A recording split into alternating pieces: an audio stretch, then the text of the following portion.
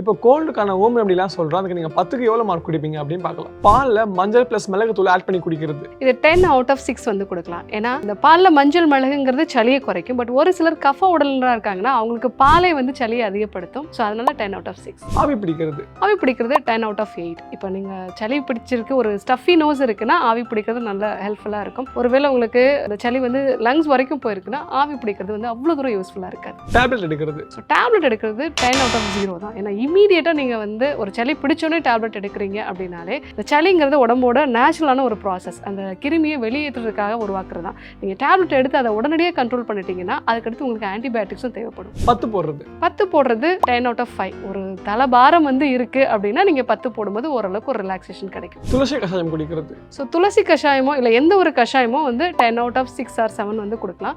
ஏன்னா அது என்ன காரணத்தினால வந்திருக்குன்னு நம்ம தெரிஞ்சுக்கலாம். துளசி வந்து நம்ம சளியை வெளியேற்றக்கூடிய ஒரு தன்மை தான் இருக்கும். ஒருவேளை நுரையீரல் வரைக்கும் இருக்குது அப்படின்னா அப்போ மருத்துவ ஆலோசனை தேவை. சூப் வகைகள் குடிக்கிறது. 10 அவுட் ஆஃப் 6 கொடுக்கலாம். ஏன்னா இப்போ சூப் வகைகள் அப்படிங்கிறது வந்து நமக்கு இந்த சளியை வந்து கொஞ்சம் இலக்கி வெளியேற்றுறதுக்கு ரொம்ப யூஸ்ஃபுல்லாக இருக்கும். ஆனால் அதுவே நுரையீரல் வரைக்கும் போச்சு அப்படின்னா நமக்கு அதுக்கு மருந்துகள் வந்து நமக்கு தேவை. பட் ஒரு சின்ன கம்ஃபர்ட்னஸ் கொடுக்கும். எல்லா வகையான சூப்புமே வந்து நம்ம எடுத்துக்கலாம்.